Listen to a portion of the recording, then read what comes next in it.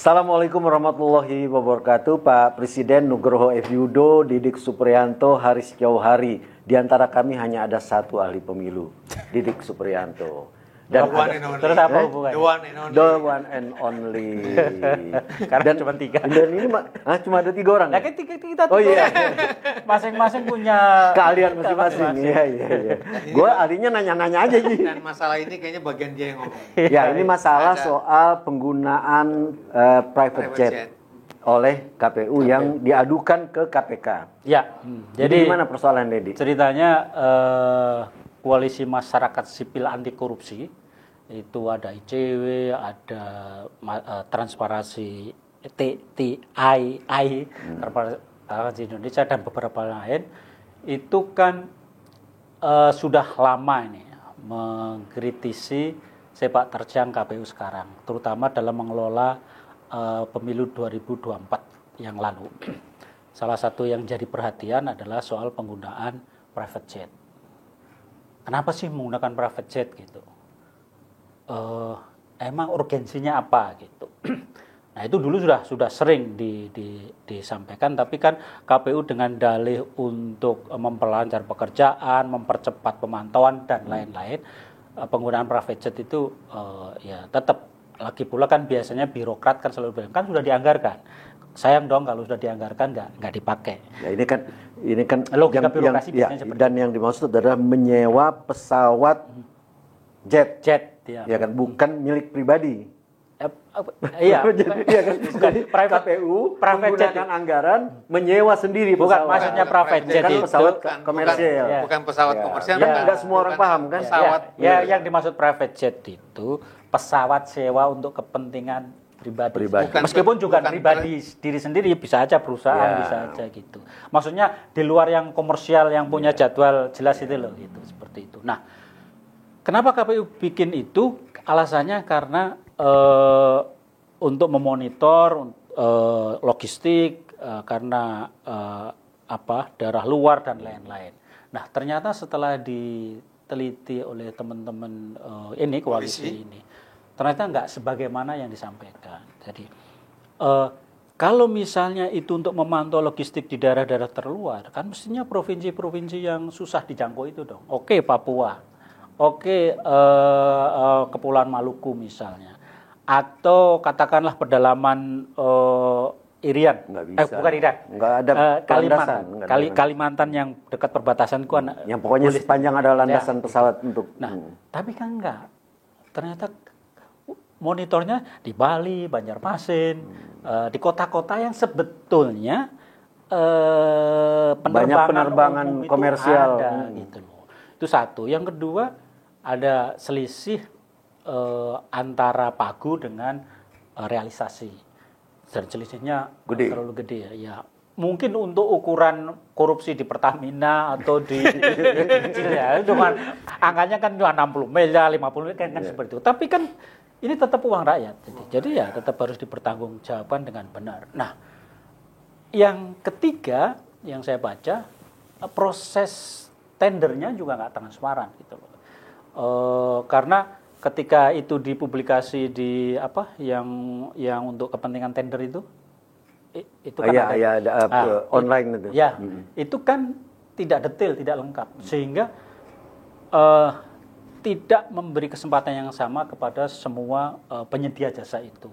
Nah, 3 hal itu yang kemudian mendorong teman-teman ini lapor ke KPK karena ini masalah korupsi. Nah, kalau sampai diproses dan kemudian terbukti betapa absurdnya KPU ini. Karena tahun kemarin ada yang masuk penjara. Di awal-awal dulu tahun 2004 ada yang masuk penjara. Jadi setiap periode hampir selalu ada yang masuk penjara gara-gara di pusat maupun daerah. Nah, kalau di daerah banyak lagi. Lu memasukkan orang ke penjara berapa banyak? Ini KPP kan? Enggak, di KPP itu hanya bisa memecat orang. Hanya bisa memecat orang. Dewan sampai lupa. Dewan Kehormatan Penyelenggara Pemilu. Dewan Kehormatan. Itu hanya bisa memecat orang. Cuman setelah dipecat kemudian ada tindakan orang lain untuk mempidanakan, ya silakan saja. Seperti itu. Jadi ini yang saya kira menjadi pelajaran kita semua. ternyata yang namanya aktivis itu kalau sudah jadi pejabat itu integritasnya bisa tergerus. Dan kita kan tahu tuh semua yang orang-orang KPU yang masuk penjara itu dulunya sebelum di KPU kan para aktivisnya keren. Iya, ya kalau itu bukan hanya soal KPU ya kan? Di lembaga lain juga ya kan? Banyak gitu. sekali. Nah, itu yang jadi problem. Ya. Jadi kenapa komisioner di KPU itu kok dengan gampang menyalahgunakan jabatan, menyalahgunakan fasilitas negara untuk kepentingan pribadi atau untuk kepentingan-kepentingan yang di atas namakan kepentingan KPU, tapi sebetulnya ya kepentingan pribadi. Ya siapa sih yang nggak pengen naik private jet? Iya. Pengen nggak? Ya. Atau sudah? Belum pernah sih. Belum pernah. Ya mungkin karena ada gimana misalnya KPU melihat semua calon presiden bahkan semua ketua partai kesana kemari kampanye pakai private jet. Itu kan sudah kita lihat sejak tahun 2004. Mungkin karena terinspirasi itu loh. Peserta aja pakai private jet, ya kenapa kita enggak? Kita kan penyelenggara. Itu mungkin tanda bahwa begitu ada kesempatan memanfaatkan uang negara, dimanfaatkan. Ya. Baik dalam bentuk fasilitas maupun dalam bentuk uang itu tadi betul. Kan. Ya betul. Jadi, dan itu tidak hanya terjadi di KPU, itu udah menyebar sampai menteri, salah seorang menteri mengatakan ini korupsi kan? Iya. Korupsi itu nggak bisa dihapus di BUMN, hanya bisa ditekan. Nekan itu kan belum tentu berarti tipis hasil yang tersisa, ya kan? Bisa aja yang tertekan tipis, sisanya tebal, ya kan bisa begitu kan? Persentasenya. Iya, karena ada kawan juga yang di petinggi partai gitu. Kebetulan kawan dekat lah gitu, karena dulu sempat sama-sama susah waktu di Jakarta di awal gitu. Sama-sama susah antara lu sama dia. Enggak, waktu dulu. Dulu sama-sama susah. Dulu dia kan, senang, lu sekarang susah. Ya, jadi ngiri. Saya boleh iri ini. Boleh dibilang gitu. Tapi saya nggak susah-susah amat lah. Biasa ya. Nah, dia bilang, "Dek, korupsi itu ibarat oli di mesin mobil. Jadi kalau olinya nggak ada, mesin ini bisa rusak, bisa nggak jalan gitu. Ya lu bolehlah anti korupsi, gak suka korupsi. Tapi faktanya seperti itu." Siapa yang pertama ngomong begitu? Enggak. Maksud gua kalau menteri yang membawahi BUMN saja bilang bahwa korupsi tidak mungkin bisa dihapus, menurut gua udah parah. Ya. Maksudnya harusnya itu omongan nggak diungkapkan oleh seorang menteri yang membawahi BUMN. Ya sama, teman saya ini nggak pernah ngomong ke publik. Gua hanya ngomong sama lu. Sebab kalau omongan gua di publik, habis gua. Dia sadar. Lu curiga si menteri juga korup? Enggak, maksudnya omongan kayak gini enggak perlu kayak gitu nggak perlu disampaikan. Kan itu menyemangati anti korupsi. Enggak usah ngomong lah ya kan. Iya, korupsi aja lah gitu. Menyemangati orang supaya menteri kita aja ngomong gitu. Iya, bebas lah ya kan. Bebas, yang penting nggak ketahuan itu nah, aja itu kan. dia. Kalau nggak katanya kan ada tuh bercandaannya kalau ketahuan baru korupsi. Koruptor disebutnya. Ketahuan mah nggak bisa. Bukan korupsi, dia si untung. Beruntung terus. Ya itu artinya mencari pejabat yang berintegritas itu nggak gampang. Dari hasil pemilu yang para komisionernya kayak begitu, berarti hasil bisa terus. Bisa kita bayangkan. Ya sebetulnya sih nggak berkaitan langsung ya. Cuman kan masyarakat bisa melihat kalau penyelenggaranya aja kelakuannya kayak gitu, gimana pesertanya kan? Itu kalau soal apakah koalisi bisa membuktikan ada penyimpangan atau tidak penyimpangan itu soal hukum lah, soal kejujuran. Tapi yang tadi yang dia bilang itu soal integritas itu juga soal rasa. Iya. Soal sikap. Bukan soal hidupnya jujur atau nggak jujur. Lu punya integritas nggak? Lu punya integritas moral nggak? Lu itu nggak bisa ngukurnya juga agak susah. Tapi yang biasanya yang jadi ukuran tuh lu punya hati nurani nggak sih? Masa negara ini sedang tidak baik-baik aja, lu bepergian naik private jet pakai uang negara hanya untuk ke Banjarmasin, hanya untuk ke Bali, hanya untuk ke Medan. Dikorupsi lagi. Lu naik pesawat yang terjadwal aja, ya, naik Garuda atau apa itu nggak susah sekarang gitu. Nggak susah, dan orang komisioner ini kalau naik pesawat yang terjadwal itu di kursi depan itu. eksekutif, eksekutif apa bisnis? Ya, bisnis. Bisnis. Apa ya. Kalau saya nggak bisa tidur enak kalau di depan. Iya. Kok terlalu gede soalnya. Nggak, tapi gini Nuk, lu kan bilang bahwa ini kan ya, hati nurani dan segala macam. Gue rasa kita bisa percaya bahwa Nuk masih punya hati nurani. Persoalannya berapa orang yang begitu? Lu masih ngomongin hati nurani segala macam di luar, orang bicara realita. Harus dibangun. Kayak misalnya contohnya nih, gua antara lain misalnya hal-hal sepele. KDM meminta supaya anak-anak sekolah tidak lagi memakai motor ke sekolah. Itu hal sepele.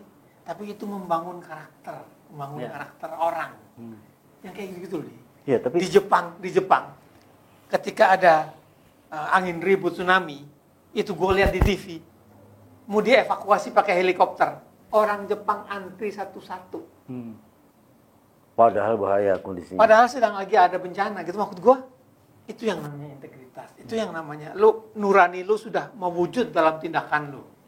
Mungkin itu cocok lu bicara di kalangan agamawan, lu bicara politisi hati nurani. Nih ya, lu ke DPR, gue pernah mendengar sangat sering dengar istilah begini kan.